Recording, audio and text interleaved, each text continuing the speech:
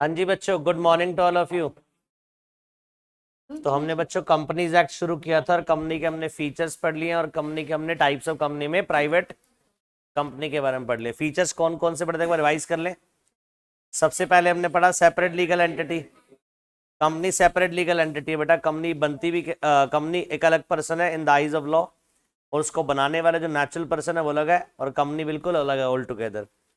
इसके अलावा हमने पढ़ा कंपनी का आर्टिफिशियल पर्सन है, created by law as well as dissolve by law. Perpetual succession, company की लाइफ क्या है, फॉर एवर है। ये तीन फीचर हमने पढ़े थे बच्चों। उसके बाद फिर हमने नेक्स्ट क्लास पढ़ा कॉमन सील। कंपनी बेटा क्या है, कंपनी कॉमन सील होती है। कॉमन सील मतलब ऑफिशियल सिग्नेचर है कंपनी का। कंपनी का ऑफिशियल सिग्नेचर क्या है, कॉमन सील। और जिस डॉक्यूमेंट पे कॉमन सील लगी है मतलब डॉक्यूमेंट किसके द्वारा साइन करा, कॉमन सील लगी है, कंपनी द्वारा साइन करा गया। कॉमन सील कंपलसरी थी, पर 2015 में अमेंडमेंट एक्ट ने इसको ऑप्शनल कर दिया और इसकी जगह प्रोविजन लाया गया अगर कंपनी में सीएस है तो एक डायरेक्टर एक सीएस ऑथराइज्ड है कॉमन सील के बिहाफ पर साइन करने के लिए। अगर कंपनी सेक्रेटरी नहीं है तो दो डायरेक्टर साइन कर सकते हैं। इसके अलावा हमने पढ़ा separation of ownership from management. यहाँ पर ओनरशिप और मैनेजमेंट दोनों क्या होते हैं, अलग अलग होते हैं। ओनरशिप शेयर होल्डर के पास है, मैनेजमेंट बीओडी के पास है। लिमिटेड लाइबिलिटी में हमने पढ़ा कंपनी लिमिटेड बाय शेयर्स है, लिमिटेड बाय गारंटी और अनलिमिटेड लाइबिलिटी कंपनी है। इसके अलावा हमने पढ़ा कंपनी कैपेसिटी टू स्यू और बी स्यूड। कंपनी कैपेबल है टू स्यू और बी स्यूड। कंपनी की क्लासिफिकेशन में लास्ट क्लास में हमने प्राइवेट कंपनी के बारे में पढ़ा था, सेक्शन 2 क्लॉज 68। और क्या पढ़ा, प्राइवेट कंपनी वो है जिसके आर्टिकल ऑफ एसोसिएशन में क्या क्या गिवन हो, तीन बातें। पहला, जिसके ऊपर रिस्ट्रिक्शन और ट्रांसफर ऑफ शेयर्स की, लिमिट और नंबर ऑफ मेंबर की 200, और मैक्सिमम प्रोहिबिशन है invitation to public for subscription of securities. और बेटा जो रिस्ट्रिक्शन लिमिट है इसमें दो प्रोवाइजोज है। पहला प्रोवाइजो, जॉइंट शेयर होल्डर को हम सिंगल मानेंगे और प्रेजेंट एम्प्लॉय पास्ट एम्प्लॉय जो शेयर होल्डर कर रहे हैं उनको हम काउंट नहीं करेंगे।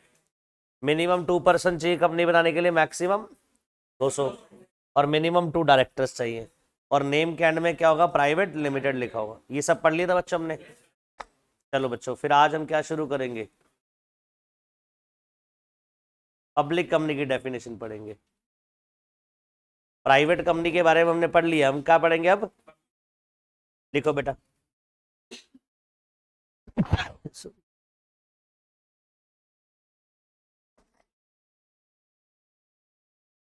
Definition of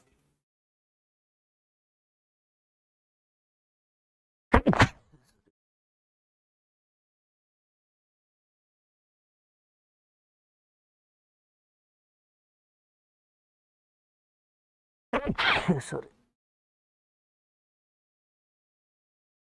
definition of public company.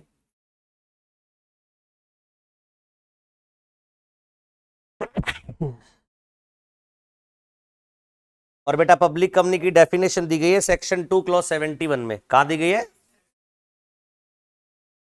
2 clause 71। तो आज हम शुरू करने पब्लिक कंपनी के बारे में। लिखो बेटा, public company means a company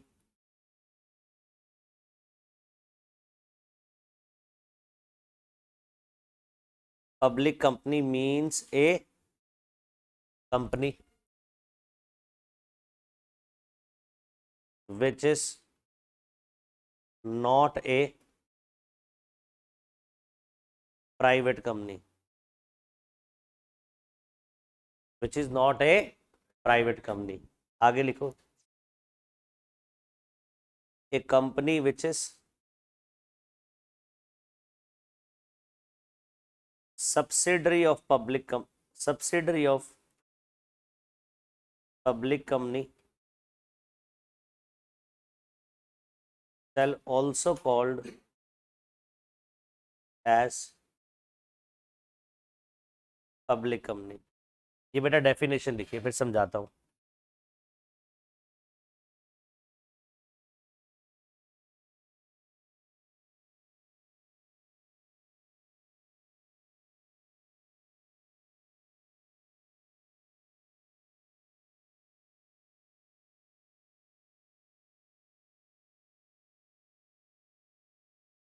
पहली बात क्या बोली है, पब्लिक कंपनी का मतलब क्या है?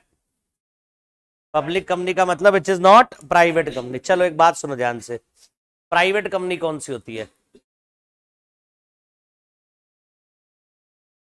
जिसकी ये में तीन बातें हो भाई, रिस्ट्रिक्शन, लिमिटेशन, प्रोहिबिशन। जिसके आर्टिकल में लिखा हो restriction on transfer of share, limit on 200 members, और थर्ड प्रोहिबिशन। तो बेटा एक बात बताओ, जिसके आर्टिकल में तीनों चीजें नहीं लिखी वो कौन सी कंपनी है? पब्लिक है। तो मतलब पब्लिक कंपनी के शेयर ट्रांसफर पे कोई रिस्ट्रिक्शन हुई? नहीं। अच्छा, इसके अलावा पब्लिक कंपनी के मेंबर्स के ऊपर लिमिट हुई? नहीं। थर्ड, पब्लिक कंपनी के ऊपर क्या कोई प्रोहिबिशन है इन्विटेशन टू पब्लिक का? Answer is no. आगे बात समझ। तो मतलब पब्लिक कंपनी वो कंपनी है बेटा जो क्या नहीं है? प्राइवेट नहीं है। तो प्राइवेट नहीं है मतलब वो कंपनी पब्लिक है और जिसके आर्टिकल में रिस्ट्रिक्शन, लिमिटेशन, प्रोहिबिशन नहीं है। ना उसके ऊपर ट्रांसफर ऑफ शेयर के रिस्ट्रिक्शन है, ना उसके ऊपर नंबर ऑफ मेंबर की लिमिट है, ना उसके ऊपर प्रोहिबिशन है ऑन इनविटेशन। इतनी बात समझ आ गई? तो पहला पब्लिक कंपनी समझ आ गया बच्चों, क्या है? दूसरा सुनो, एक company which is subsidiary of public company. एक कंपनी बेटा जो क्या है? सब्सिडरी है पब्लिक कंपनी की, shall also called as public company. उसे भी क्या बोलेंगे? एग्जाम्पल सुनना बच्चों, ये कंपनी है एबीसी लिमिटेड। एबीसी लिमिटेड मतलब पब्लिक कंपनी जिसके नाम के लास्ट में क्या हो? लिमिटेड। कौन सी कंपनी है ये? Public company. और एक कंपनी दूसरी है जिसका नाम है पीक्यूआर प्राइवेट लिमिटेड। बताओ कौन सी कंपनी है ये? Private company. अब लॉ कहता है अगर कोई कंपनी किसी दूसरी कंपनी में more than 50% of total voting right acquire कर ले, मान लीजिए ABC limited company PQR private limited के इतने शेयर खरीद ले जो अपने आप में कितने हैं? उसको more than 50% total voting right देते हैं। तो कोई भी कंपनी अगर more than 50% total voting right के शेयर खरीद ले दूसरी कंपनी में, उसको बोलते हैं होल्डिंग कंपनी। क्या बोलते हैं उसको? Holding company. और दूसरी कंपनी को क्या बोलते हैं? Subsidiary company. ठीक है बच्चों। अब एक बार ये सेकंड पॉइंट पढ़ना, ऊपर क्या बोला है? एक company which is subsidiary of public company. ऊपर मुंह करो बच्चों, ये प्राइवेट कंपनी क्या है? सब्सिडरी है किसकी? एक पब्लिक कंपनी की। एक प्राइवेट कंपनी क्या है? सब्सिडरी है किसकी? पब्लिक कंपनी की। Shall also called as public company. इसको भी क्या मानेंगे? पब्लिक कंपनी मानेंगे। बट, मानेंगे बोल रहा हूं, बट नेचर इसका रहेगा प्राइवेट कंपनी वाला। नेचर इसका क्या रहेगा? मतलब अब ये पीक्यूआर प्राइवेट लिमिटेड कंपनी बोले कि मैं पब्लिकली इनवाइट करना चाहती हूं अपनी सिक्योरिटी को सब्सक्राइब करने के लिए, वो अलाउड नहीं है। मतलब नेचर इसका क्या रहेगा? प्राइवेट। मनमानी क्या जाएगी? इसके ऊपर एक्ट इस तरह से अप्लाई किया जाएगा ये मानकर जैसे कि ये एक पब्लिक कंपनी है। आ रही बात समझ? पक्का? तो पब्लिक कंपनी बेटा प्राइवेट कब? सुनो, बिल्कुल ये सवाल बनता था सर पब्लिक माने क्यों रहे जब प्राइवेट का नेचर ही रहेगा। तो सुनो ध्यान से बेटा, लॉ की एप्लीकेबिलिटी अलग अलग होती है। पब्लिक कंपनी के ऊपर लॉ स्ट्रिक्ट रहता है। पब्लिक कंपनी फंड्स पब्लिक से रहती है तो पब्लिक इंटरेस्ट जुड़ा होता है, वहां पर लॉ स्ट्रिक्ट होता है। प्राइवेट कंपनी पब्लिक से पैसा रेस करती नहीं है तो वहां पर लॉ लीनियंट रहता है। क्या रहता है? इसलिए प्राइवेट कंपनी को लॉ में बहुत सारी एग्जम्पशन दी जाती है। क्या दी जाती है? एग्जम्पशन। अब सोच, जब ये पीकर प्राइवेट लिमिटेड सब्सिडरी बन गई एबीसी लिमिटेड की, और सब्सिडरी को हम क्या बोलते हैं? पब्लिक। तो इसको क्या मान लेंगे? पब्लिक। इसकी सारी एग्जम्पशन जो प्राइवेट वाली है वो खत्म कर देंगे और उसके ऊपर एक्ट इस तरह से अप्लाई होगा जैसे कि ये क्या है? पब्लिक है। मतलब वो एग्जम्पशन खत्म कर दी है क्या? प्राइवेट ही है। समझ आई बात? अरे बोलो। वो प्राइवेट कंपनी वाली सारी प्रिविलेजेस, सारी एग्जम्पशन खत्म, हो प्राइवेट ही बट खत्म कर दी एग्जम्पशन। कारण बताओ क्यों खत्म कर दी? सोचो लॉजिकल बेटा, एक बात बताओ, इस एबीसी लिमिटेड मतलब पब्लिक कंपनी है, इसमें पैसा किसका लगा हुआ? पब्लिक का। अगर ये आगे पीक्यूआर लिमिटेड के more than 50% total voting right के शेयर खरीद रहे तो इनडायरेक्टली आप ये नहीं कहोगे सर पब्लिक का पैसा ही किस में जा रहा है? पीक्यूआर प्राइवेट लिमिटेड में। पब्लिक का पैसा किस में लगा था? एबीसी लिमिटेड में। अब एबीसी लिमिटेड ने उसको कहां इन्वेस्ट करा? पीकेआर प्राइवेट लिमिटेड में, तो इनडायरेक्टली पब्लिक का पैसा कहाँ गया, पीकेआर प्राइवेट लिमिटेड में। यही हो रहा है बच्चों, इनडायरेक्टली। तो फिर लॉ भी कौन सा लगाओ इसके ऊपर, पब्लिक कंपनी वाला। देयरफॉर इसको हमने क्या मान लिया, पब्लिक। बट राइट हम कौन से नहीं देने वाले इसको, पब्लिक वाले नहीं देने वाले। नेचर इसका क्या रहेगा, प्राइवेट ही रहेगा। समझ आ गई बात। तो मतलब ये पनिशमेंट है काइंड ऑफ, समझ लीजिए। पनिशमेंट नहीं बोलेंगे नहीं इसको, पर आपकी लैंग्वेज में बोल रहा हूं। ये इसलिए बोला गया कि इसको एग्जम्पशन वगैरह सारी खत्म कर देंगे प्राइवेट वाली। एक्ट इस तरह से अप्लाई होगा जैसे कि public company, but by nature रहेगी क्या, ये प्राइवेट ही रहेगी। बोलो बात समझ आ गई। एक बार दोबारा बताओ, पब्लिक कंपनी कौन सी है। पब्लिक कंपनी वो है जो क्या है, प्राइवेट कंपनी नहीं है। और प्राइवेट कंपनी कौन सी होती है, जिसके आर्टिकल में रिस्ट्रिक्शन, लिमिटेशन, प्रोहिबिशन लिखा होता है। पीछे चश्मे वाले भैया आप आए थे, पिछली क्लासेस में आए थे, क्या नाम है आपका, समर्थ। ये पढ़ रखा है आपने सब, बाकी सब बोल रहे हैं, बोल क्यों नहीं रहे फिर। बताओ प्राइवेट कंपनी कौन सी है, बताओ। तीन बातें जिसके आर्टिकल में लिखी हो। पहला बताओ, रिस्ट्रिक्शन, लिमिटेशन, प्रोहिबिशन, है ना। जिसके आर्टिकल में तीनों बातें नहीं है वो क्या है, पब्लिक है। दूसरा, पब्लिक कंपनी की अगर कोई सब्सिडरी है वो भी क्या मानी जाएगी, बट नेचर प्राइवेट रहेगा। समझ आ गया ना बच्चों। मैं सवाल पूछ सकता हूं, चलो जी। मेरा फर्स्ट सवाल आप लोगों से ये है, और जिससे पूछूंगा वही बताएगा, ठीक है। फिर धीरे धीरे सब बताएंगे। पहला सवाल आप बताना बेटा, क्या नाम आपका, दीपांशी। आपके लिए सवाल है, एबीसी प्राइवेट लिमिटेड ने, धोनी प्राइवेट लिमिटेड ने कोहली लिमिटेड में more than 50% of total voting power के शेयर खरीद लिए। क्वेश्चन समझ आ गया बेटा। बस मुझे आप क्या करिए, कोहली लिमिटेड का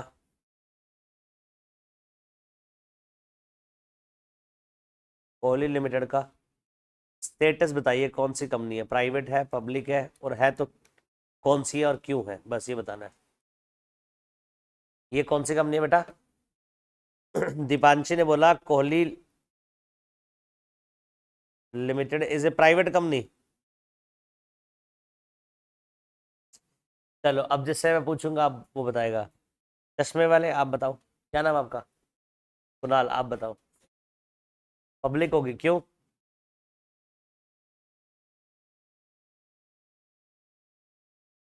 अच्छा एक बात बताओ, ऊपर जो मैंने बताया था उसका रिवर्स था बिल्कुल।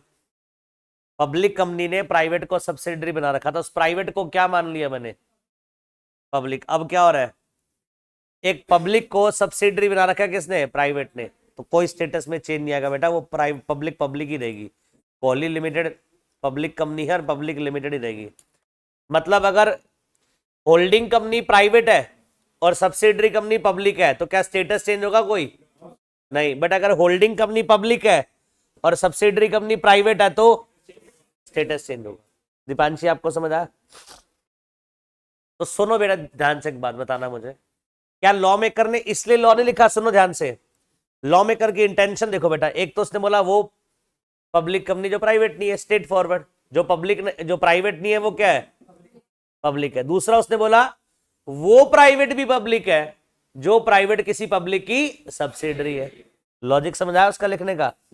एक तो उसने बोला जो प्राइवेट है ही नहीं वो क्या होगा, स्ट्रेट फॉरवर्ड पब्लिक। दूसरा बोला वो प्राइवेट भी पब्लिक मान लेंगे जो प्राइवेट किसी पब्लिक कंपनी की सब्सिडरी है। समझ आ गई बात, पक्का। एक क्वेश्चन और पूछूं बेटा, जो मैंने सवाल पूछा जवाब दिए, समझ आ गया सबको।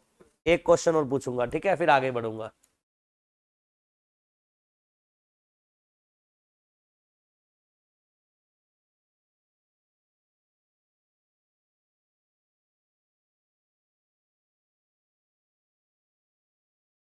मिस्टर ए ने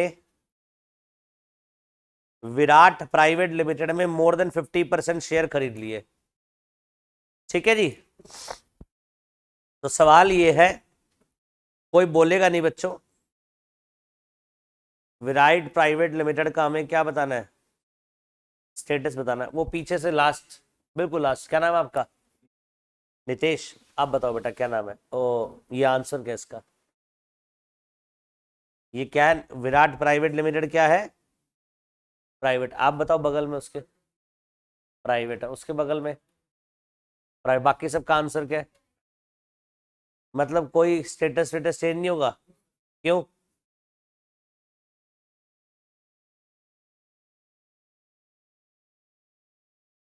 दोबारा बोलो जोर से, क्या बोल रहे हो? बेटा स्टेटस तब चेंज होता है जब एक पब्लिक कंपनी सब्सिडरी को प्राइवेट को सब्सिडरी बना ले। यहां पर होल्डिंग सब्सिडरी का रिलेशन आ ही नहीं रहा, क्योंकि शेयर किसी कंपनी ने नहीं होल्ड कर रखे, शेयर किसी इंडिविजुअल ने होल्ड कर रखे हैं। कोई दिक्कत नहीं है इस केस में, कोई होल्डिंग सब्सिडरी का रिलेशन नहीं है मिस्टर। एक इंडिविजुअल क्या कर रहा है? शेयर होल्ड कर रहा है मोर देन 50%। मेरी बात समझ आ रही है? इसमें इस केस में कोई होल्डिंग सब्सिडरी का रिलेशन नहीं आ रहा, बस इस केस में एक इंडिविजुअल क्या कर रहा है? मोर देन 50% शेयर होल्ड कर रहा है। डन बच्चों? चलो अब मैं आपसे आपको ओरली कुछ सवाल पूछूंगा। क्या पब्लिक कंपनी के शेयर ट्रांसफर पर रिस्ट्रिक्शन है? तो बेटा सुनो ध्यान से, public companies share are freely transferable without any restriction. दूसरी बात, पब्लिक कंपनी के नंबर ऑफ मेंबर्स कितने होंगे? लिमिट जब है ही नहीं 200 वाली तो क्या हो जाएंगे? अनलिमिटेड। तीसरा, क्या इनके ऊपर इनविटेशन पब्लिक को देने की प्रोहिबिशन है? चलो रिवर्स से पढ़ते हैं, इनके ऊपर जब कोई प्रोहिबिशन नहीं है तो मतलब पब्लिक के लिए इनविटेशन ला सकते हैं हजारों लोगों के लिए। जब हजारों लोगों के लिए इनविटेशन लाएंगे तो मेंबर भी क्या होंगे? हजारों लोग हो जाएंगे, तो मेंबर के ऊपर लिमिट नहीं है। जब इतने सारे मेंबर जब आपके हो जाएंगे तो बेटा उस पर रिस्ट्रिक्शन लगाना पॉसिबल नहीं है। रिस्ट्रिक्शन कहाँ लगाई जा सकती है? जब मेंबर्स कम हो। तो बेटा जब ज्यादा मेंबर है रिस्ट्रिक्शन लगाना पॉसिबल नहीं, इसलिए शेयर ट्रांसफर भी क्या है? फ्रीली है, विदाउट एनी रिस्ट्रिक्शन। अरे बोल दो, समझ आ गई बात है सबको? चलो अब सुनो ध्यान से, नोट सुनो। अच्छा, पब्लिक कंपनी बनाने के लिए कितने पर्सन चाहिए? Minimum 7 persons are required. Minimum 7 persons are required to form a public company. एक पब्लिक कंपनी को बनाने के लिए कितने लोग चाहिए? 7। Next, minimum 3 directors are required to form a public company. अच्छा, प्राइवेट कंपनी मिनिमम कितने डायरेक्टर चाहिए थे बताओ? 2 डायरेक्टर चाहिए थे, यहां पर कितने चाहिए? 3 चाहिए। और बेटा सबसे बड़ी बात, नेम जो होगा कंपनी का, name of company must and with limited. लिखो बेटा सारी बातें ये।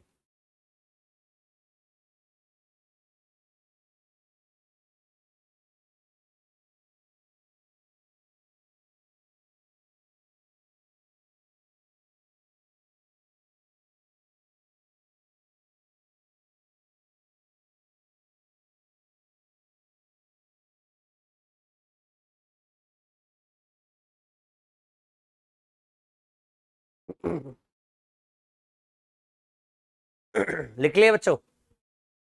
चलो जी, अब मुझे बताना कितनी कंपनी के बारे में पढ़ लिया हमने? 2। पहली कौन सी कंपनी के बारे में पढ़ा? प्राइवेट। कहां पर डिफाइन था? Section 2 clause 68। फिर कौन सी है? Public 2 clause 71। आज थर्ड बेटा कंपनी पढ़ेंगे, 1 person company. Definition of OPC, section 2 clause 62। अच्छा लग रहा है बच्चों कंपनीज एक्ट? Section 2 clause 62। लिखो बेटा।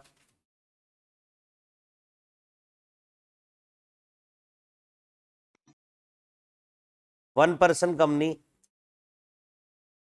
Means a company which has only 1 person as a member, which has only 1 person as a member।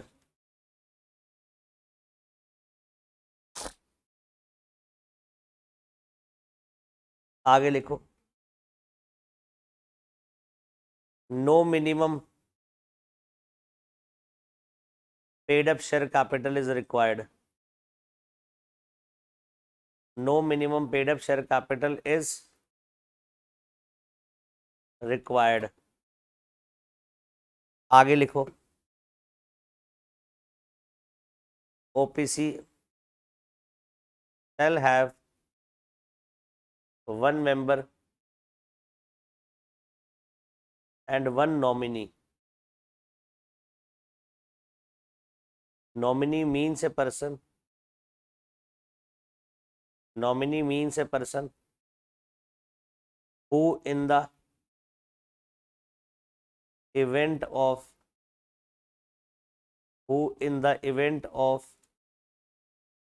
member death or permanent incapacity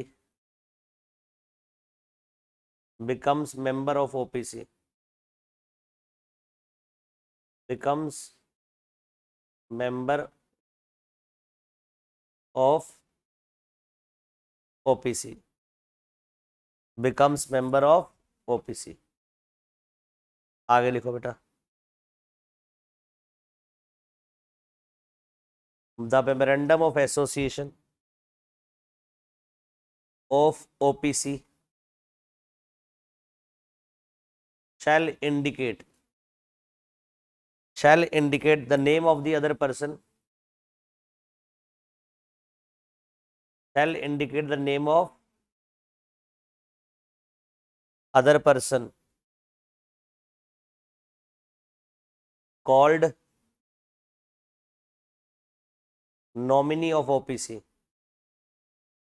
called nominee of OPC। आगे लिखे, the other person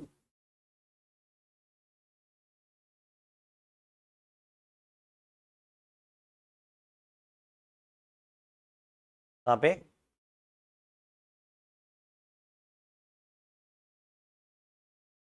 who in the event of member death।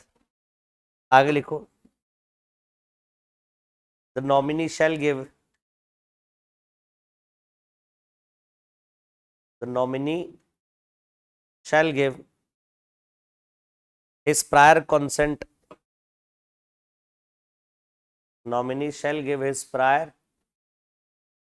consent in prescribed form, in prescribed form, and the same shall be filed, and the same shall be filed with registrar of companies at the time of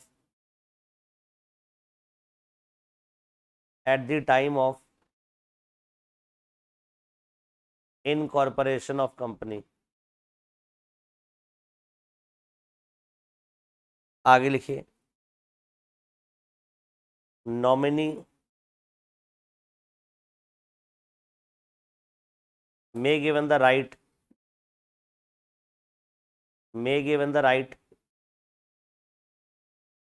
to withdraw his consent, may given the right to withdraw his consent। आगे लिखो, only a natural person, only a natural person who is an Indian citizen, who is an Indian citizen,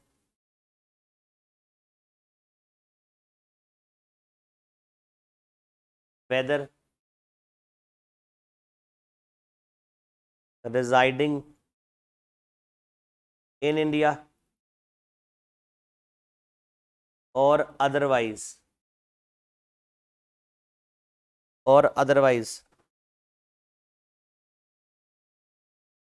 and has stayed in India for a period of not less than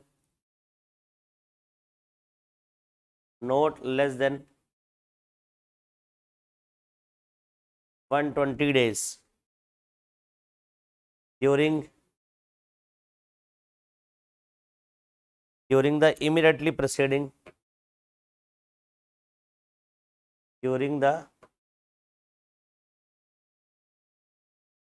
immediately preceding financial year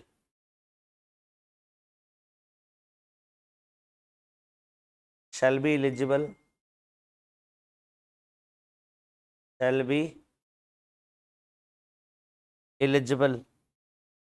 to incorporate a OPC. Next, shall be a nominee for sole member of OPC.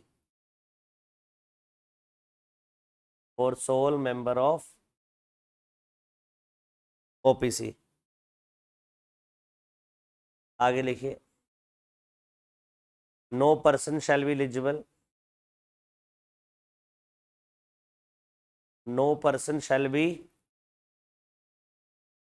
eligible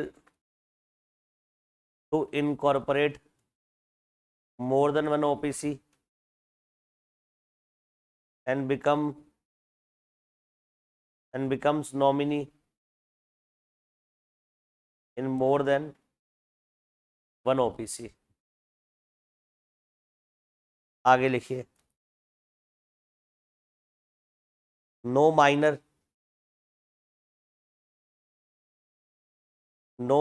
shall become member of a nominee. No minor shall become member or nominee of OPC. आगे लिखिए, OPC cannot be incorporated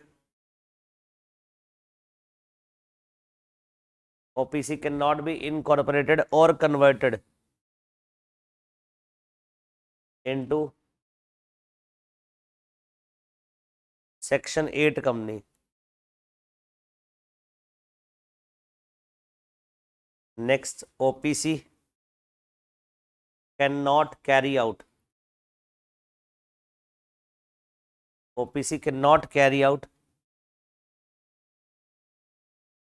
NBFC activity, including investment in securities,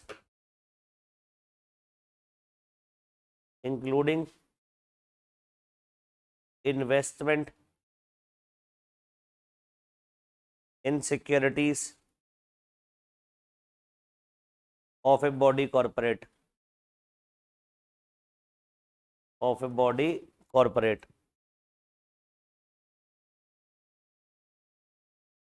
लीजिए बच्चों, ये सारे OPC के provision लिखवाए हैं.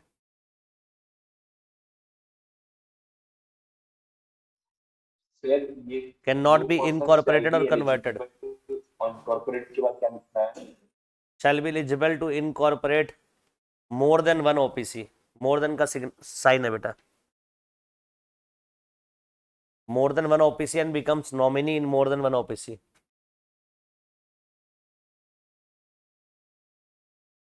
ये सब किसके प्रोविजंस लिखे आपने? OPC.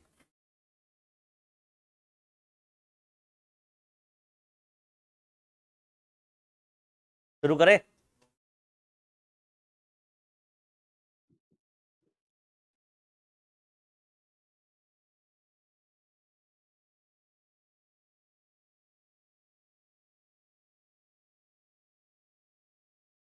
Carry out NBFC activity, non-banking financial.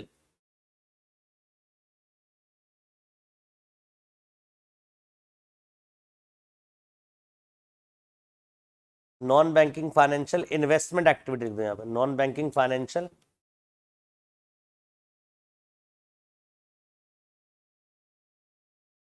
Investment activity.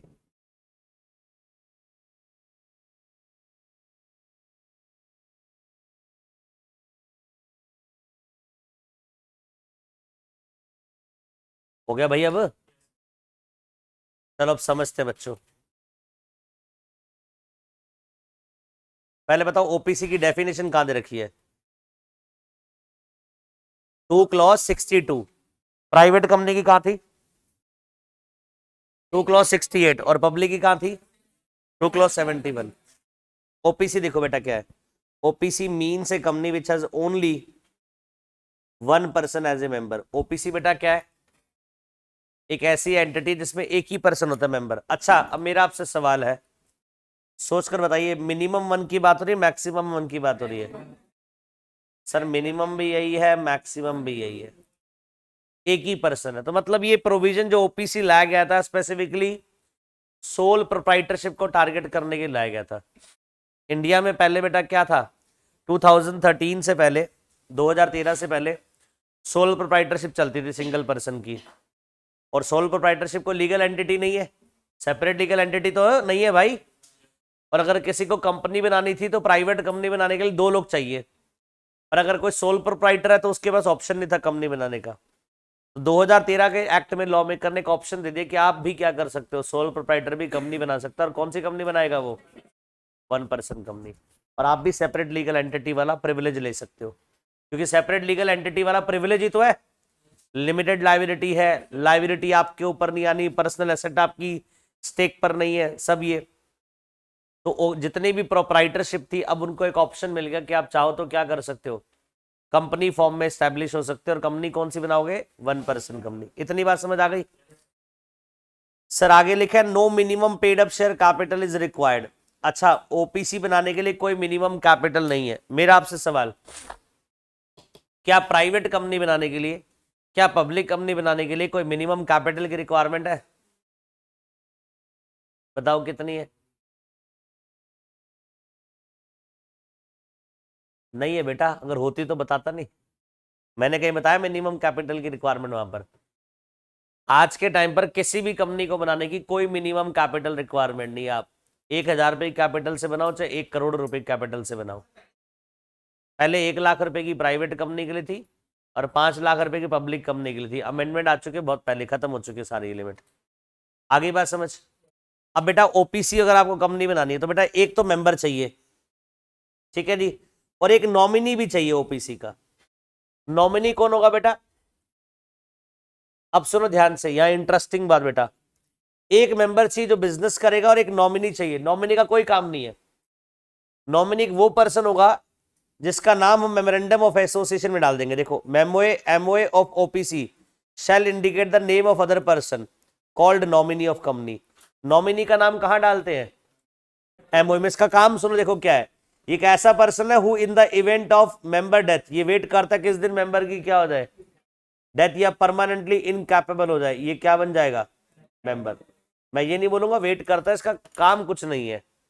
तो नॉमिनी का काम कुछ नहीं है, नॉमिनी का नाम बस कहां होगा? मेमोरेंडम में। जिस दिन मेंबर की डेथ हो गई नॉमिनी विल बिकम मेंबर्स, बस इतना ही काम है। आ रही है बात समझ? आगे पक्का बात समझ। तो कितने लोग हो गए बताओ ओपीसी में? 2 लोग, एक मेंबर एक नॉमिनी। नॉमिनी का कोई रोल नहीं है, नॉमिनी का नाम कहां डालेंगे हम? मेमोरेंडम में। और ये बेटा कब रोल में आएगा, कब पिक्चर में आएगा? जब मेंबर डेथ हो जाएगी, मेंबर परमानेंट इनकैपेसिटी हो जाएगी। अब जिसको भी नॉमिनी बना रहे हो, नॉमिनी शैल गिव हिज प्रायर कंसेंट इन प्रिस्क्राइब्ड फॉर्म। जिसको भी नॉमिनी बना रहे हो बेटा ओपीसी में, उसकी पहले क्या लीजिए? कंसेंट लीजिए। जबरदस्ती अपॉइंट नहीं करना किसी को, फ्रीली कंसेंट होनी चाहिए उसकी। और वो कंसेंट जो होगी same shall be filed with the ROC at the time of incorporation. जब हम ओपीसी कंपनी का इनकॉर्पोरेशन करेंगे रजिस्ट्रेशन, तो बेटा वो कंसेंट फॉर्म किसको दे देंगे? आरओसी को दे देंगे, ये हमारा नॉमिनी है और इसकी ये कंसेंट है। इतनी बात समझ आ गई? अब नॉमिनी का राइट है बेटा, बाद में चाहे तो अपनी कंसेंट विड्रॉ कर सकता है, वो कंटिन्यू ना करना चाहे तो मत करे। मेंबर का भी राइट है, वो नॉमिनी चेंज करना चाहे कर सकता है, सारे ऑप्शन खुले हुए हैं। मैं मेंबर हूं, आप मेरे नॉमिनी हो, मुझे लगता है आप ठीक नहीं हो तो मैं आपका नॉमिनी चेंज कर दूंगा। आपको लगता है इस कंपनी में आपको कंटिन्यू नहीं करना तो आप अपना नॉमिनेशन कैंसिल कर दीजिए। नॉमिनी खुद भी हट सकता है पीछे, विड्रॉ कर सकता है कंसेंट, और मेंबर रिप्लेस भी कर सकता है। अब आती है क्वालिफिकेशन की बात, ये मेंबर बनेगा कौन? तो कह रहा है ओनली ए नेचुरल पर्सन। आहा, गजब बात बोल रहा है बेटा। क्या बात बोल रहा है? गजब। कह रहा है सिर्फ एक नेचुरल पर्सन। नेचुरल पर्सन बोले तो जैसे आप, मैं, हम कौन है बेटा? नेचुरल पर्सन, जो इंडिया का क्या है? सिटीजन है। वेदर रिजाइडिंग इन इंडिया, चाहे इंडिया में रह रहा है या फिर नहीं, उससे फर्क नहीं पड़ता। And has stayed in India for a period of not less than 120 days, और कम से कम इंडिया में कितने दिन रहा हो? 120 दिन रहा हो during the immediately preceding financial year, पिछले साल में। जैसे अगर मान लीजिए, अगर हम बात करें कौन सा फाइनेंशियल ईयर अभी चल रहा है, 22-23 वाला फाइनेंशियल ईयर चल रहा है। अगर इस 22-23 में मैं ओपीसी बनाना चाहूं तो इससे प्रीसीडिंग क्या होगा? 21-22। 21-22 में मेरे को चेक करना कि मेरा इंडिया में स्टे कितने दिन का होना चाहिए? 120 डेज का। अगर मेरा इंडिया में स्टे है तो मैं बेटा वो ओपीसी बना सकता हूँ। आ रही बात समझ? पहली बात, मैं नेचुरल पर्सन होना चाहिए। दूसरी बात, इंडिया का सिटीजन होना चाहिए, चाहे रिजाइडिंग हूं चाहे नहीं हूं, बट कम से कम स्टे कितना होना चाहिए? 120 डेज। अब सुनो बेटा ध्यान से, यहां पर पहले वर्ड लिखे क्या थे? सुनो ध्यान से, वेदर रिजाइडिंग इन इंडिया और अदरवाइज। पहले यहां पर लिखा था वो पर्सन रेजिडेंट भी होना चाहिए। पहले क्या लिखा गया था? वो पर्सन रेजिडेंट भी होना चाहिए। अब लॉ मेकर ने इसको थोड़ा सा अमेंड करा है। 1 अप्रैल 2021 को बोला था जो एनआरआईज होते हैं, नॉन रेजिडेंट इंडियंस होते हैं, वो भी ओपीसी बना सकते हैं। पहले सिर्फ ओपीसी वो लोग बना सकते थे जो इंडिया के रेजिडेंट है। पहले वो लोग ओपीसी बनाते थे जो इंडिया के सिटीजन है, नेचुरल पर्सन है, और तीसरा रेजिडेंट है। अब बोला गया रेजिडेंट हो या ना हो कोई दिक्कत नहीं, आप एनआरआई भी हो तब भी आप इंडिया में क्या बना सकते हो? ओपीसी बना सकते हो। समझ आई बात? तो पहले रिक्वायरमेंट 1 अप्रैल 2021 से पहले की क्या थी? सिर्फ इंडिया का रेजिडेंट क्या करेगा? ओपीसी बनाएगा। अब क्या रिक्वायरमेंट है? रेजिडेंट तो बना ही सकता है बट नॉन रेजिडेंट भी बना सकता है। और बेटा ये जो रिक्वायरमेंट पूरी करेगा वही बंदा क्या बनाएगा? ओपीसी का मेंबर बनेगा, और वही बंदा ओपीसी का क्या बनेगा? नॉमिनी बनेगा। अब सुनो बेटा ध्यान से, सोचना, प्राइवेट कंपनी बनाने के लिए कितने पर्सन चाहिए? 2। पब्लिक के लिए वो 2 पर्सन कौन से होते हैं बताओ? नेचुरल कब बोला मैंने? आर्टिफिशियल भी हो सकता है। एक प्राइवेट कंपनी आप बना रहे हो, उसको बनाने के लिए मान लीजिए कि एबीसी लिमिटेड है, एक पीक्यूआर लिमिटेड। लास्ट क्लास में डिस्कस भी करा था। ये 2 लोग मिलकर प्राइवेट कंपनी बना रहे हैं। कोई दिक्कत आपको? 2 पर्सन चाहिए। अब आओ बेटा किसकी बात? ओपीसी की। ओपीसी में बोला भैया सिर्फ और सिर्फ कौन? Natural person. मतलब ओपीसी कौन नहीं बना सकता? आर्टिफिशियल। प्राइवेट कंपनी है, पब्लिक कंपनी है, ये दोनों कौन बना सकते हैं? इनके मेंबर आर्टिफिशियल पर्सन हो सकते हैं। इनके मेंबर कौन हो सकते हैं? मतलब एक कंपनी की मेंबर दूसरी कंपनी अलाउड है वहां पर, बट अगर बात किसकी आती है? ओपीसी की। यहां पर बेटा आर्टिफिशियल अलाउड नहीं, यहां पर मेंबर सिर्फ कौन होना चाहिए? नेचुरल पर्सन होना चाहिए। बोलो बात समझ आ गई? बड़ा डिफरेंस बेटा ये। नेक्स्ट, नो पर्सन कह रहा कोई भी person shall be eligible, no person shall be eligible to incorporate more than one OPC and becomes nominee in more than one OPC। ना तो क्या करोगे आप? एक से ज्यादा कंपनी में मेंबर बनोगे, और ना ही एक से ज्यादा कंपनी में नॉमिनी बनोगे। आपका नाम क्या बेटा? अभिनव। मान लीजिए मैंने ओपीसी बनाई, आशीष प्राइवेट लिमिटेड ओपीसी। ओपीसी के लास्ट में प्राइवेट लिमिटेड लिखा होता है, तो ओपीसी प्राइवेट, ये आशीष प्राइवेट लिमिटेड एक ओपीसी है, इसमें मैं मेंबर हूं, और अभिनव क्या है? नॉमिनी है। और एक अभिनव की क्या है? अभिनव प्राइवेट लिमिटेड ओपीसी है, उसमें अभिनव मेंबर है और मैं नॉमिनी हूं। कोई दिक्कत? क्या पढ़ा हमने? एक पर्सन एक टाइम पर एक जगह मेंबर होगा और एक जगह नॉमिनी। तो मेरी ओपीसी में मैं मेंबर हूं और अभिनव की ओपीसी में मैं नॉमिनी हूं। अभिनव अपनी ओपीसी में मेंबर है और मेरी ओपीसी में नॉमिनी। तो एक एक रिक्वायरमेंट है। अरे बोल दो। कल को मान लीजिए हम में से किसी एक की डेथ हो जाए, मान लीजिए मैं निकल लिया, तो अभिनव क्या बनेगा बताओ? मेंबर बनेगा। अभिनव तो ऑलरेडी ओपीसी पहले अपनी मेंबर है, और फिर ये दूसरी कंपनी में फिर क्या बन गया? मेंबर बन गया, बिकॉज वहां के मेंबर की क्या हो गई है? डेथ।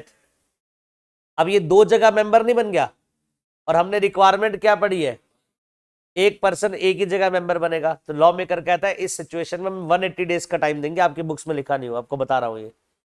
इस केस में बेटा कितना टाइम दिया जाएगा लॉ मेकर द्वारा, लॉ मेकर कहता है 180 डेज का टाइम दिया जाएगा आपको टू डिसाइड, आपको चूज करना पड़ेगा अभिनव को इन दो कंपनीज में से एक कंपनी क्राइटेरिया को मेट करने के लिए। बिकॉज क्राइटेरिया क्या है, अब एक टाइम पर एक ही कंपनी में आप मेंबर बन सकते हो, इन दोनों में से इसको एक चूज करना पड़ेगा, कौन सी कंपनी में ये मेंबर कंटिन्यू करना चाहता है। आगे बात समझ, अरे बोल दीजिए। बट ये बात क्लियर होगी कि भैया जो मेंबर होगा और जो नॉमिनी होगा वो एक एक ही होना चाहिए, एक पर्सन एक जगह मेंबर हो सकता है और एक जगह मैक्सिमम क्या हो सकता है, नॉमिनी। क्या कह सकते हो, कर सकते हो, मर्ज कर लो। मर्ज करना है डिफरेंट थिंग। मर्ज करने का फायदा क्या है, मर्ज करने का फायदा क्या है, और मर्ज करके ओपीसी क्यों बनाएंगे, मर्ज करके फिर कुछ और बनाएंगे, वो मना नहीं है। आगे देखो, no minor shall become member of nominee और ऑफ द ओपीसी। ना तो माइनर क्या बनेगा, मेंबर, ना ही माइनर क्या बनेगा, नॉमिनी। अच्छा माइनर कौन होता है, जो 18 से कम है और 21 से कम। कॉन्ट्रैक्ट एक्ट में दो लिमिट पड़े हुए, 18 और 21। ठीक है जी, तो बेटा 18 और 21 दो लिमिट है बेटा, वो क्या माना जाएगा, नॉमिनी। कह रहा है नॉमिनी ना तो क्या बनेगा, मेंबर, और ना ही क्या बनेगा। तो कहने का मतलब ये नेचुरल पर्सन क्या नहीं होना चाहिए, माइनर नहीं होना चाहिए, तो क्या होना चाहिए, मेजर। क्लियर हो गया बच्चों। अब आओ क्लियर हो जाते हैं तीन बातें। नेचुरल पर्सन मेजर होना चाहिए, दूसरा इंडिया का सिटीजन होना चाहिए, तीसरा रेजिडेंट है तब भी चलेगा, नहीं है तब भी चलेगा। इंडिया में स्टे कितने दिन का देखना है, प्रीसीडिंग 120 डेज का देखना है। और अब एट प्रेजेंट एनआरआई भी क्या है, इंडिया में अलाउड है क्या बनाने के लिए, ओपीसी। समझ आ गई बात, आगे बढ़ो बेटा। ओपीसी कैन नॉट इनकॉर्पोरेट और converted into section 8 company. OPC non profit organization वाली एक्टिविटी नहीं करेगी। सेक्शन 8 कंपनी मतलब कौन सी company, non profit organization, NPO. तो कह रहा जो ओपीसी कंपनी है, ना तो उसको इनकॉर्पोरेट करोगे ना ही कन्वर्ट करोगे, कौन सी कंपनी में, एनपीओ सेक्शन 8 कंपनी में। ना तो वो इनकॉर्पोरेट होगी ना ही वो कन्वर्ट होगी। इतनी बात समझ आ गई। और लास्ट सबसे इंटरेस्टिंग बात, OPC can not carry out NBF investment activity including investment in securities of any body corporate. OPC क्या नहीं करेगी बेटा, इन्वेस्टमेंट भी नहीं करेगी किसी कंपनी की सिक्योरिटी में। सुनो ध्यान से, हाँ जी, ओहो कब हुई भाई,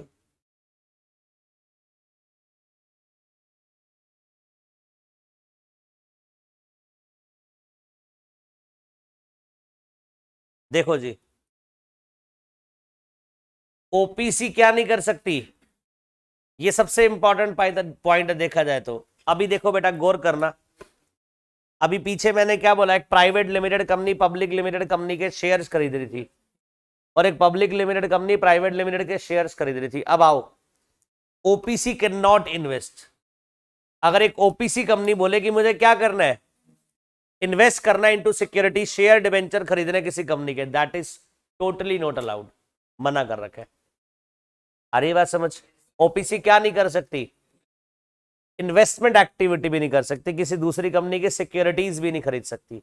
तो क्या कुल मिलाकर मैं अगर एक बात बोलूं, क्या ओपीसी कंपनी कभी होल्डिंग कंपनी हो सकती है, कभी भी नहीं हो सकती। ओपीसी कंपनी कभी भी क्या नहीं हो सकती, होल्डिंग, बिकॉज ये खुद इन्वेस्ट करती ही नहीं है। अरे बोलो, वेर एज प्राइवेट पब्लिक में देखो तो वो होल्डिंग सब्सिडरी एक दूसरे की हो सकती है। आप कंपैरिजन करके चलोगे तो क्लियर हो रहा है बच्चों, प्राइवेट पब्लिक को नेचुरल पर्सन भी बनाता है और आर्टिफिशियल भी बनाता है, बट ओपीसी को सिर्फ कौन बना रहा है, नेचुरल पर्सन बना रहा है। आ रही है बात समझ। और दूसरा वहां पर बेटा जो प्राइवेट पब्लिक है वो इन्वेस्टमेंट करते हैं into securities of other body corporate, but OPC की बात आती है तो क्या नहीं कर सकती, इन्वेस्टमेंट नहीं कर सकती into securities of other body corporate. आगे बात समझ। और बेटा लास्ट बेटा बात एक और है, ओपीसी में डायरेक्टर कितने होंगे, मिनिमम एक है बेटा, मैक्सिमम 15 हो सकते हैं, है ना इंटरेस्टिंग बात। मिनिमम एक, मैक्सिमम कितने हो सकते हैं, 15। अच्छा, लिमिट किस चीज के ऊपर है? बस मेंबर के ऊपर है कि मेंबर से एक ज्यादा नहीं होना चाहिए। लिमिट डायरेक्टर के ऊपर नहीं है। डायरेक्टर मिनिमम एक हो सकता है, मैक्सिमम 15 हो सकते हैं। तो ये एक ऐसी कंपनी है, बताइए, ओपीसी, जिसमें मेंबर भी एक है और डायरेक्टर भी एक है। ओपीसी बताओ कैसी कंपनी है जिसमें मेंबर भी एक और डायरेक्टर भी एक? ऐसी कंपनी को क्या बोलते हैं? ओपीसी कंपनी बोलते हैं। बोलो, बात समझ आ गई? पक्का? एक बार जल्दी से रिवाइज कर लो सारे प्रोविजन। ओपीसी बनाने के लिए कितने पर्सन चाहिए? 1% चाहिए। ओपीसी में कोई minimum paid up capital requirement नहीं है। ओपीसी में मेंबर चाहिए और एक नॉमिनी चाहिए। नॉमिनी का काम क्या है? कुछ भी नहीं है।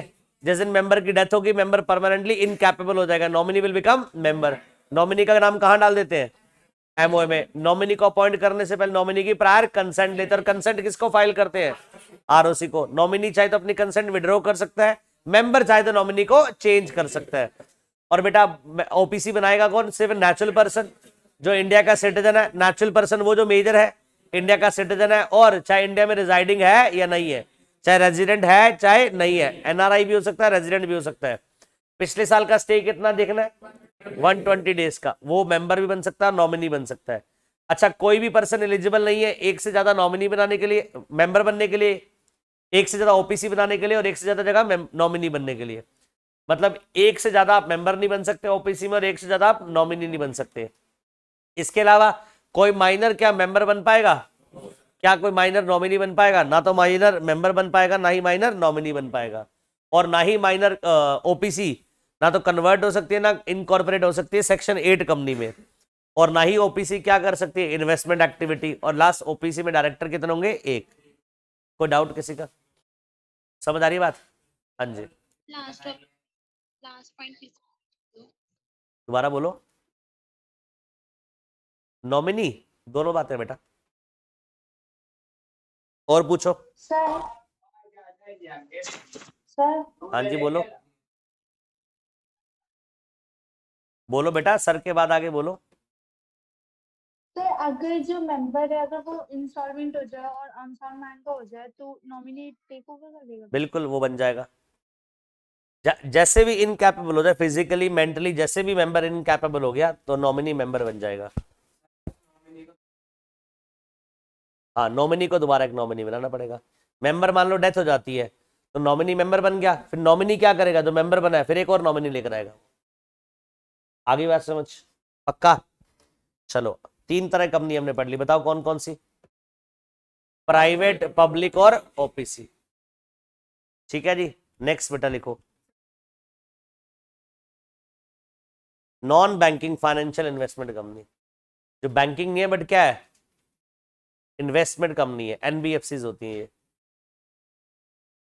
Definition of small company.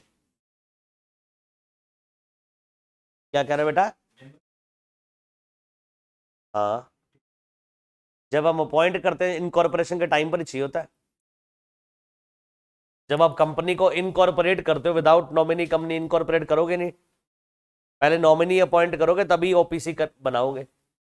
समझ आया? ओपीसी का नाम कहां डालना पड़ेगा? मेमोरेंडम में। और वही मेमोरेंडम किसको फाइल होता है? रजिस्ट्रार को इनकॉर्पोरेशन के टाइम पर। तो अगर नाम है ही नहीं आपके पास किसी नॉमिनी का, कंसेंट है ही नहीं, नॉमिनी है ही नहीं, आप ओपीसी फॉर्म ही नहीं कर पाओगे। चलो जी, अब आ रही है बात सेक्शन 2 क्लॉज 85। अब किसकी बात पढ़ने वाले बताइए? स्मॉल कंपनी के बारे में। शुरू करें? चलो जी, देखो,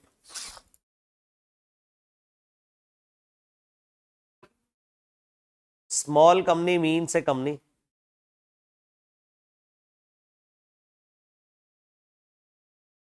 small company means A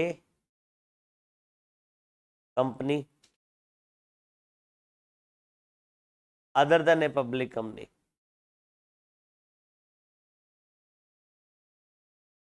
Next,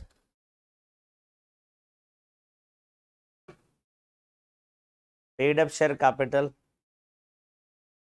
of which does not exceed 2 crore rupees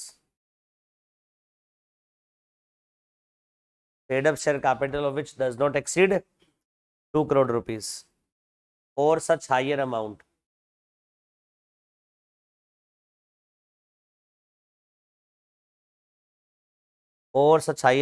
as may be prescribed,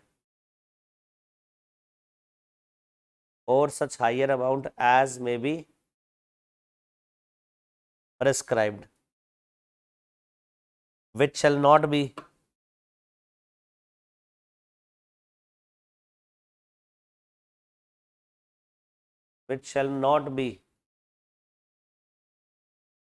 more than 10 crore rupees. आगे लिखो बेटा. And turnover of which as per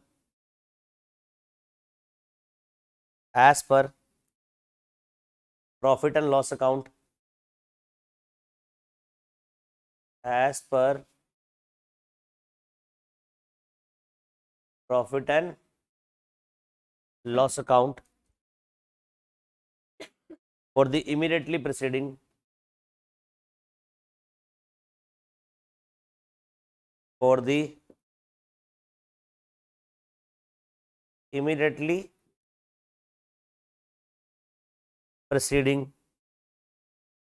financial year,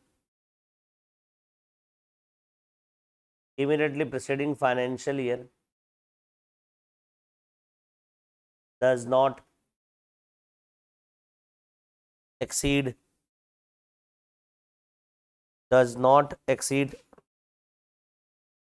20 crore rupees,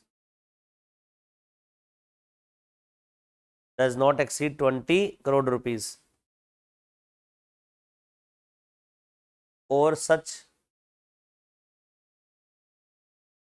higher amount as may be prescribed,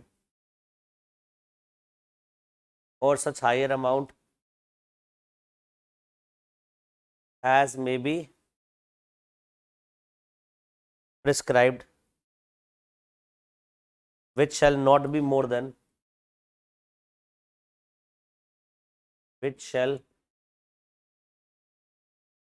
not be more than 100 crore rupees. 100 crore rupees. आगे लिखो. Exemption. This clause shall not apply to. This clause shall not apply to. पहला point, holding company और subsidiary company. दूसरा point, ये company registered under section 8 of companies act. और third, एक company और body corporate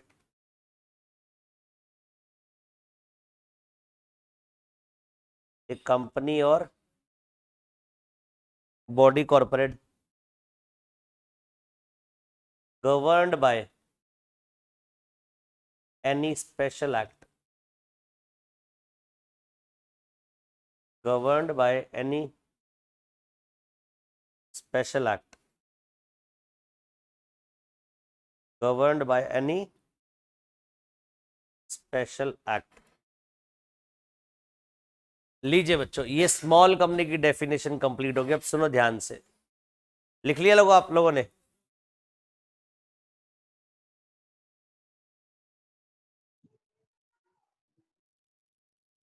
under section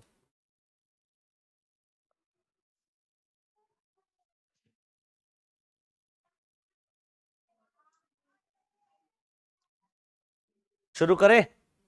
देखो जी, section 2 clause 85 में कौन सी कंपनी पढ़ रहे हैं? Small. Small company means a company other than A public company. कह रहा है ऐसी कंपनी जो क्या है बेटा? Other than public. तो बची कौन सी? प्राइवेट। प्राइवेट। और बेटा ओपीसी प्राइवेट का ही पार्ट होती है, मैंने बोला। प्राइवेट कंपनी 2 डायरेक्टर 2 मेंबर से बनती है, ओपीसी कंपनी 1 डायरेक्टर 1 मेंबर से बनती है। OPC is a kind of private company है, लॉ भी कहता है ये। ओपीसी कुछ अलग नहीं है, वो एक तरह की क्या है? प्राइवेट है, बस उसमें हमने क्या कर दिया और एग्जम्पशन दे दी ओपीसी को। प्राइवेट से भी ज्यादा क्या कर दिया हमने? एग्जम्पशन दे दी है, और उसमें 1 मेंबर और 1 डायरेक्टर चाहिए। आगे बात समझ। तो स्मॉल कंपनी बोलते हैं, स्मॉल कंपनी वो है जो पब्लिक नहीं है। बची कौन सी? प्राइवेट। अब सुनो, कह रहा है ऐसी प्राइवेट जिसकी paid up share capital does not exceed 2 crore rupees. ऐसी प्राइवेट कंपनी जिसकी paid up share capital 2 crore से ऊपर नहीं है, वो क्या है? वो प्राइवेट स्मॉल है। जो प्राइवेट स्मॉल है उसको और एग्जम्पशन दी गई लॉ मेकर द्वारा। देखो, एक तो लॉ मेकर ने एग्जम्पशन किसको दी? प्राइवेट को, कि आपको बहुत सारी एग्जम्पशन है, लॉ आपको कंप्लाई नहीं करना बहुत सारे सेक्शन से। उस प्राइवेट में को भी फर्दर कैटेगराइज कर दिया, किसमें? ओपीसी में, स्मॉल में। और कह रहा है जो प्राइवेट स्मॉल है उसको हम और बहुत सारे सेक्शन से क्या करते हैं अब और एग्जम्प्ट करते हैं कि आपको ये सेक्शन भी आपके ऊपर अप्लाई नहीं होंगे, आपको ये भी कंप्लाई नहीं करने। मेरी बात समझ रहे हो? तो बेटा प्राइवेट का एक पार्ट है क्या? ओपीसी। अब कुछ प्राइवेट ओपीसी कुछ प्राइवेट स्मॉल मानी जाएंगी, कुछ प्राइवेट स्मॉल नहीं माने जाएंगी। ऐसी प्राइवेट जिसकी पेड अप शेयर कैपिटल कितनी है बेटा? अप टू 2 करोड़ रुपए है, वो क्या है? स्मॉल है। ये पहले 2 करोड़ रुपए 50 लाख रुपए हुआ करता था। 1 अप्रैल 2021 को अमेंडमेंट आई थी, इस 50 लाख को बढ़ाकर कितना कर दिया है? और अभी थोड़े दिन पहले इस 2 करोड़ को बढ़ाकर 4 करोड़ कर दिया गया है। बट आपके सिलेबस के लिए रेलिवेंट नहीं है। पूछो क्यों? 6 महीने पहले की अमेंडमेंट आती है ना आपके पास, तो अभी रेलिवेंट अभी आई है, इसी मंथ की अमेंडमेंट है। इस 2 करोड़ को बढ़ाकर कितना कर दिया है? 4 करोड़। चलो छोड़ो 4 करोड़, दोबारा आते हैं। पहले कितनी थी लिमिट? पहले लिमिट कितनी थी? 50 लाख। तो जिस प्राइवेट कंपनी की paid up share capital maximum कितनी है? अप टू 2 करोड़ तक है बेटा, वो प्राइवेट क्या मानी जाएगी? स्मॉल। और सच हाइयर अमाउंट, कह रहा है या फिर इससे ज्यादा भी हो सकती है। As may be prescribed. Prescribe मतलब सीजी बताएगा, but which shall not be more than 10 crore. But वो किसी भी केस में क्या नहीं होनी चाहिए? 10 करोड़ से ज्यादा नहीं होनी चाहिए। अब देखो सीजी ने क्या करा, कह रहा है 10, सीजी चाहे तो और लिमिट बढ़ा सकता है पर 10 करोड़ से ज्यादा नहीं करेगा। तो सीजी ने 2 करोड़ को बढ़ाकर कितना कर दिया? 4 करोड़ करा ना। मेरी बात समझे? बट हमारे लिए रेलिवेंट लिमिट 10 करोड़ की है, 2 करोड़ की है? 2 करोड़ की है बेटा। वो तो बताया कि मैक्सिमम में 2 करोड़ बढ़कर कहां तक जा सकता है? 10 करोड़ तक। और कौन बताएगा इसको? सीजी के पास पावर है। ये समझ आ रही है? एक बात बताओ, लिमिट बढ़ाई क्यों है? एलिजिबिलिटी, ये लिमिट इसलिए बढ़ाई 50 लाख से 2 करोड़, ताकि ज्यादा से ज्यादा कंपनीज को स्मॉल कंपनी में कवर करा जा सके। और जितनी प्राइवेट ज्यादा स्मॉल में आ जाएंगी उतनी उन प्राइवेट को क्या होंगी? और एग्जम्पशन मिल जाएंगी। और एग्जम्पशन देना बड़ा जरूरी है बच्चों को, क्योंकि कंप्लायंस कॉस्ट होती है। एक कंपनी को चलाने के लिए हर साल 15 से 20 हजार का खर्चा है। ये कंप्लायंस, ये लॉ में लिखा है इसको कंप्लाई करो, ये कंप्लाई करो। और इन सब कंप्लायंस को पूरा करने के लिए, कंप्लायंस को पूरा करने के लिए किसको हायर करेंगे? एक प्रोफेशनल को हायर करेंगे, वो पैसे लेगा। तो 15 से 20 हजार रुपये खर्च होता है। अब ये देखकर कोई क्यों बनाएगा कंपनी? क्या प्रोप्राइटरशिप भी बेटर है? सोचो ना, आपको कि भाड़ में जाए लिमिटेड लाइबिलिटी, हम क्या बना लेते हैं? प्रोप्राइटरशिप। 1 रुपए का खर्चा नहीं पूरे साल का, कोई कहीं रिटर्न नहीं फाइल करनी। अब कंपनीज में क्या होता है, हर साल बैलेंस शीट P&L ROC को फाइल करो। प्रोप्राइटर को मतलब ही नहीं, कहीं फाइल करना नहीं है। तो बेटा इसलिए सरकार क्या कहती है कि भैया हम कंप्लायंस कॉस्ट कम करेंगे, ताकि लोग ज्यादा क्या हो, लीगल एंटिटी की तरफ अट्रैक्ट हो। नहीं तो क्या होगा, लोगों को खर्चा ज्यादा लगेगा तो लोग आएंगे नहीं, लोगों को लगेगा कंप्लायंस ज्यादा है तो लोग कभी नहीं आएंगे। तो इसलिए 50 लाख को बढ़ाकर क्या कर दिया? 2 करोड़। और इसी इंटेंट से इस 2 करोड़ को बढ़ाकर सरकार ने क्या कर दिया? 4 करोड़ कर दिया। समझ आ रही बात? तो ऐसी प्राइवेट कंपनी जिसकी paid up share capital up to कितना है?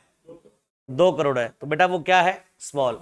एंड ऐसी प्राइवेट जिसकी turnover as per last profit and loss account, turnover कहां से मिलेगा बच्चों? P&L से। कह रहा है इमीडिएटली प्रीसीडिंग फाइनेंशियल, पिछले वाले फाइनेंशियली की टर्नओवर चेक कर लो, अगर वो कितनी नहीं है, डज नॉट एक्सीड 20 करोड़, मतलब प्राइवेट कंपनी जिसकी टर्नओवर 20 करोड़ से ज्यादा नहीं है, वो प्राइवेट कंपनी क्या है? स्मॉल है। बेटा ये पहले 20 करोड़ 2 करोड़ रुपए होता था, अब इसको बढ़ाकर कितना कर दिए? 1 अप्रैल 2021 को 20 करोड़ कर दिया। अब इस महीने इसको बढ़ाकर 40 करोड़ कर दिया गया, पर आपके लिए रेलिवेंट क्या है? 20 करोड़। अब कह रहा है ये 20 करोड़ की लिमिट अभी है, अब जो 40 करोड़ हो चुके हैं बट आपको याद नहीं करनी, बट आगे देखो, कह रहा higher amount as may be prescribed. CG क्या कर सकता है? हाइयर भी बता सकता है, बट अगर हाइयर बताएगा तो शैल not be more then 100 crore, वो 100 करोड़ से ऊपर नहीं जाएगा। अरे बोल दो, हमारे लिए रेलिवेंट लिमिट बताओ क्या है? 2 करोड़ 20 करोड़, ऊपर मुंह करो। ऐसी प्राइवेट कंपनी जिसकी paid up share capital up to 2 crore है and turnover up to 20 crore है, जो दोनों पैरामीटर में फॉल कर रही है, पेड अप शेयर कैपिटल भी 2 करोड़ से कम है, टर्नओवर भी 20 करोड़ से कम है, वो प्राइवेट क्या है? स्मॉल है। वो प्राइवेट क्या है? साल में 4 बोर्ड मीटिंग करवानी पड़ती है बोर्ड ऑफ डायरेक्टर्स की, स्मॉल कंपनी को 2 ही करवानी पड़ती है। एग्जाम्पशन बता रहा हूं, साल में कितनी बोर्ड मीटिंग करवानी है? 4 हर कंपनी को, बट स्मॉल को कितनी करवानी है? 2। हर कंपनी की फाइनेंशियल स्टेटमेंट में कैश फ्लो आता है, स्मॉल कंपनी को बोला गया कैश फ्लो स्टेटमेंट मत बनाइए, एग्जाम्पशन दे रखी है। मैंने क्या बोला था? ये बनाने का ऑब्जेक्टिव क्या है? और एग्जम्प्ट करना कंपनीज को, क्या करना? और एग्जम्पशन देना। अरे बोल दो भाई। और बेटा स्मॉल कंपनी कुछ अलग नहीं है, प्राइवेट का ही क्या है ये? पार्ट है, सेग्रीगेट करा, दैट मींस एक प्राइवेट ओपीसी होती है, एक प्राइवेट स्मॉल होती है, एक प्राइवेट वो है जो ना तो ओपीसी है ना स्मॉल है। अगर मैं आपसे पूछूं प्राइवेट अब कौन सी है, तो आप बोलो सर वो प्राइवेट है जिसकी paid up share capital 2 crore से ज्यादा हो एंड टर्नओवर 20 करोड़ से ज्यादा हो, और ऐसी प्राइवेट जिसकी paid up share capital 2 crore तक है, टर्नओवर 20 करोड़ तक है, मेरे लॉ मेकर के लिए वो प्राइवेट नहीं है, वो प्राइवेट स्मॉल है। समझ आ रही है? पक्का?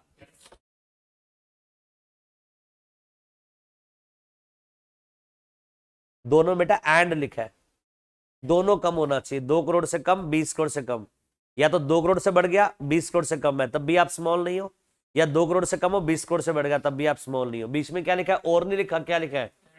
अगर कोई भी एक क्राइटेरिया को फुलफिल नहीं करा, या तो आपकी पेड अप शेयर कैपिटल बढ़ी 2 करोड़ से ज्यादा, या फिर आपकी टर्नओवर बढ़ी, तो बेटा आपकी कंपनी फिर प्राइवेट ही है, वो स्मॉल नहीं है। पहले बताओ स्मॉल कंपनी इंट्रोड्यूस करने का पर्पस समझ आया, फिर लिमिट क्यों बढ़ा रहे हैं समझ आए, और इसमें देने का पर्पस क्या? एग्जम्पशन। और सरकार कहां तक बढ़ा सकती है बच्चों law maker limit? Paid up share capital को कहां तक लेके जा सकती है? 10 करोड़ तक, वेरी गुड। और टर्नओवर को कहां तक? समझ आ गया लॉ को कैसे रीड करना है? साफ साफ लिखा हुआ है, जहां पर भी लॉ में लिखा हो as may be prescribed refer to rules, वहां उसके लिए क्या पढ़ना है बच्चों? एज मे बी प्रिस्क्राइब, मतलब सीजी को पावर दे दी यहां पर, और सीजी क्या बनाएगा? रूल्स बनाएगा इसके लिए। आ रही बात समझ? जहां पर भी कंपनीज एक्ट में लिखा जाए एज मे बी प्रिस्क्राइब, या किसी और लॉ में लिखा जाए एज मे बी प्रिस्क्राइब, मतलब एक्ट क्या कह रहा है कि जो अथॉरिटी है उसको उसके ऊपर डिपेंड करता है, उसको पावर दे दी गई है। आगे बात समझ? अब कह रहा है ये जो भाई साहब आपने पूरा क्लॉज पढ़ा 2 क्लॉज 85, ये अप्लाई नहीं होता किस कंपनी के ऊपर? Holding company, subsidiary company. आप कहोगे सर मत तो अप्लाई, हमें क्या दिक्कत है? हमने कब बोला अप्लाई करो? हम तो शांति से बैठे क्लासरूम में। नहीं बेटा, इसका इंप्लीकेशन है जबरदस्त। एग्जाम्पल समझना, एक कंपनी है एबीसी प्राइवेट लिमिटेड, क्या है? एबीसी प्राइवेट लिमिटेड, और एक कंपनी है पीक्यूआर प्राइवेट लिमिटेड। दोनों कौन सी कंपनी है बताइए? बट एबीसी प्राइवेट लिमिटेड ने more than 50% total voting power खरीद रखे हैं पीक्यूआर प्राइवेट लिमिटेड में, तो एबीसी प्राइवेट लिमिटेड कौन सी कंपनी हो गई? होल्डिंग। और पीक्यूआर प्राइवेट लिमिटेड बताओ कौन सी हो गई?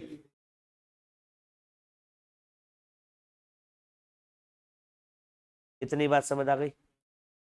अब लॉ मेकर कहता है ये प्राइवेट है, कायदे से हो सकता है इनकी पेड अप शेयर कैपिटल भी क्या हो 2 करोड़ से कम, टर्नओवर क्या हो 20 करोड़ से कम, बट इनको स्मॉल का स्टेटस नहीं मिलेगा। This clause shall not apply to, ये प्राइवेट प्राइवेट ही रहेगी, ये कभी प्राइवेट स्मॉल, मतलब इनको कभी स्मॉल का बेनिफिट नहीं मिलेगा।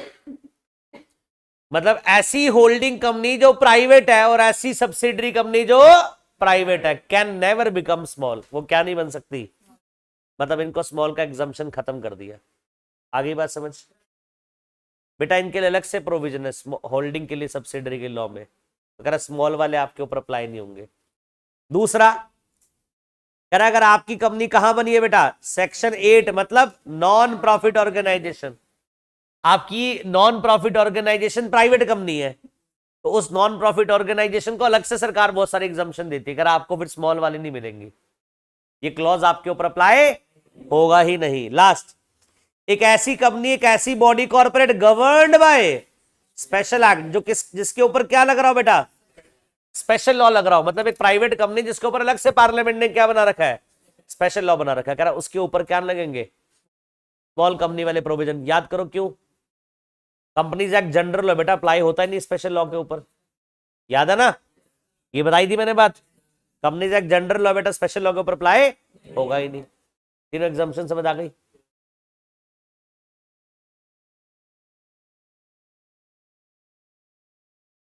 कोई भी हो सकती है बेटा कंपनी, तो मतलब एक ऐसी कंपनी, एक ऐसी body corporate governed by special act, जिसके ऊपर स्पेशल एक्ट है।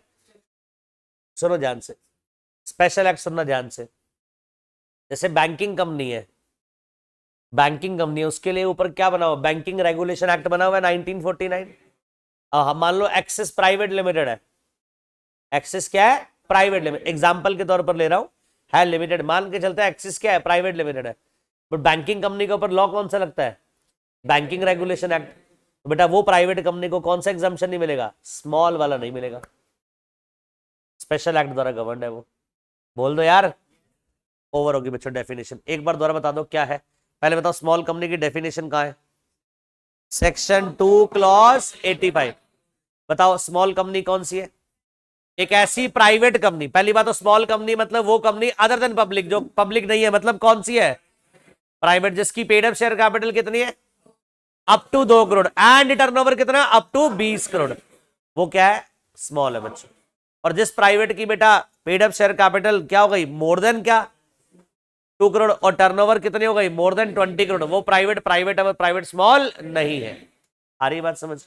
और लास्ट बात बेटा, स्मॉल कंपनी के प्रोविजन किस पे लगते हैं, होल्डिंग सब्सिडरी पे नहीं लगते, सेक्शन 8 कंपनी पे नहीं लगते, और ऐसी कंपनी, ऐसी body corporate which is governed by special law, उसके ऊपर भी नहीं लगते।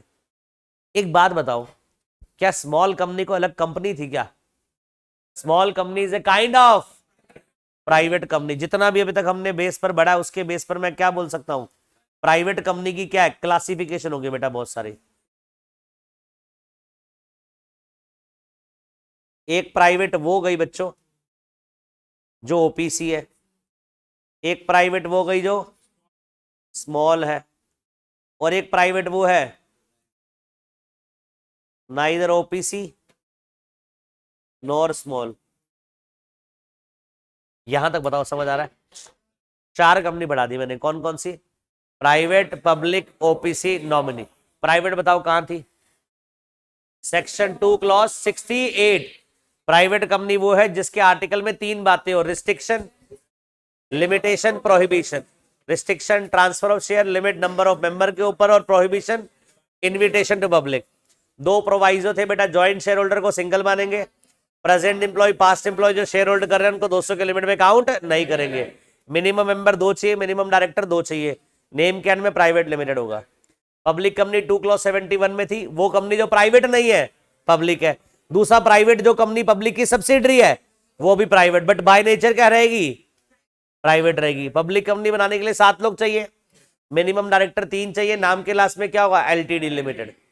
फिर हमने पढ़ा ओपीसी, ओपीसी कौन है बेटा, kind of private with 1 member 1 director, और मेंबर कौन होगा, natural person, major, citizen as well as resident, हो भी सकता है और नहीं भी हो सकता। स्टे कितना चेक करते हैं प्रीसीडिंग 120 डेज का। वो मेंबर बनेगा, नॉमिनी बनेगा, नॉमिनी का कोई काम नहीं है, मेंबर की जब डेथ हो जाएगी, इनकैपेसिटेट हो जाएगा तो नॉमिनी मेंबर बन जाएगा। नॉमिनी को अपॉइंट करने से पहले नॉमिनी कंसेंट लेते हैं, नॉमिनी कंसेंट विड्रॉ कर सकता है, नॉमिनी को चेंज भी किया जा सकता है, और नॉमिनी कंसेंट लेने के बाद इनकॉर्पोरेशन के टाइम पर आरओसी को फाइल भी करते हैं। नॉमिनी सेक्शन 8 कंपनी नहीं बन सकती, नॉन प्रॉफिट ऑर्गेनाइजेशन, ना ही नॉमिनी इन्वेस्टमेंट कर सकती है सिक्योरिटीज में किसी कंपनी की। अरे बोलो, ओपीसी कंपनी इन्वेस्टमेंट नहीं कर सकती, और एक पर्सन मैक्सिमम एक ओपीसी मेंबर हो सकता है और एक ओपीसी में नॉमिनी हो सकता है, माइनर नहीं होगा। उसके बाद हमने क्या पढ़ा, small company 2 clause 85। Small company बेटा क्या, अदर देन पब्लिक, जो बची क्या, प्राइवेट, ऐसी प्राइवेट जिसका paid up share capital 2 crore and turnover 20 crore, और प्रोविजन किसके ऊपर लगते नहीं, होल्डिंग सब्सिडरी सेक्शन 8, और ऐसी company body corporate governed by special act. बताओ याद हो रहा है, समझ आ रहा है? थ्योरी तो नहीं पढ़ रहे? लॉ मतलब क्या नहीं है, थ्योरी नहीं है, ठीक है। ये मिसकंसेप्शन है कि लॉ क्या है, थ्योरेटिकल सब्जेक्ट है। लॉ थ्योरेटिकल नहीं, लॉ टेक्निकल सब्जेक्ट है, लीगल सब्जेक्ट है, जिसको समझना पड़ता है एक एक चीज के पीछे लॉ मेकर की इंटेंशन है, उसने ऐसा लिखा तो क्यों लिखा। इतना बहुत है बच्चों आज के लिए, यहां तक पढ़ के आइएगा। नेक्स्ट क्लास में इससे भी गजब कॉन्सेप्ट आएंगे बेटा, इससे भी बढ़िया बड़ी कंपनीज आएंगी आगे। हाँ जी, कैसे हो जाएगी बेटा? मुझे एक बात बता, मैंने क्या बोला कि ओपीस स्मॉल कंपनी का मतलब एक ऐसी company other than public. Other than public का मतलब कौन सी कंपनी, प्राइवेट। मैंने ओपीसी वर्ड वहां यूज नहीं करा, मैंने वहां वर्ड यूज करा प्राइवेट। और ओपीसी कौन सी होती है, वो कंपनी जिसमें एक मेंबर एक डायरेक्टर होता है। प्राइवेट कौन सी होती है, 2 मेंबर 2 डायरेक्टर वाली। तो स्मॉल कौन सी हुई, 2 मेंबर 2 डायरेक्टर वाली की बात हो रही है। हाँ, मतलब ये है प्राइवेट ही, बट इसको माना क्या जा रहा है स्मॉल, बिकॉज इसका जो नेचर है वो अभी तक क्या है, ज्यादा बड़ा नहीं हुआ। Paid up share capital 2 crore तक है, टर्नओवर कितना है 20 करोड़ तक। अब इसको बढ़ाकर 4 करोड़ और 40 करोड़ कर दिया गया। इतना बहुत है बच्चा आज के लिए। तो नेक्स्ट क्लास में बेटा आगे मिलेंगे, कंटिन्यू करेंगे इसके। Thank you so much, bye bye, God bless you all.